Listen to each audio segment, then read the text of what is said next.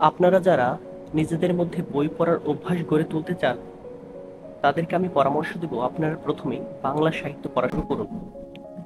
বাংলা সাহিত্য পড়লে আপনাদের মধ্যে প্রচন্ড রকমের ভালোবাসা, ভালো লাগা তৈরি হবে, বই পড়ার প্রতি অনেক আগ্রহ তৈরি হবে এবং অল্প সময়ের মধ্যেই আপনাদের মাঝে বই পড়ার যে নেশা সেটা সৃষ্টি হয়ে যাবে।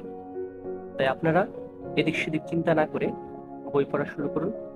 প্রথমে বাংলা সাহিত্য দিয়ে শুরু করুন। যাদের বই পড়ার আগ্রহ খুবই কম, যাদের বইয়ের প্রতি ভালোবাসা খুবই কম, তারা যদি প্রথমে বাংলা সাহিত্য দিয়ে পড়া শুরু করেন, তাহলে আপনাদের মধ্যে দ্রুতই বই পড়ার প্রতি ভালোবাসা জন্মাবে।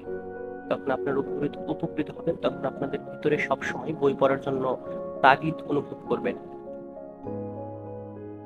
আর বাংলা সাহিত্য পড়ে আপনি অনেক কিছু জানতে পারবেন, অনেক বুদ্ধি পরামর্শ পাবেন, অনেক ট্রিক্স শিখতে পারবেন, যেটা আপনার বাস্তব জীবনে আপনি প্রয়োগ করতে পারবেন। পাশাপাশি আপনি বিভিন্ন রসের বিনোদন বিনোদন পাবেন।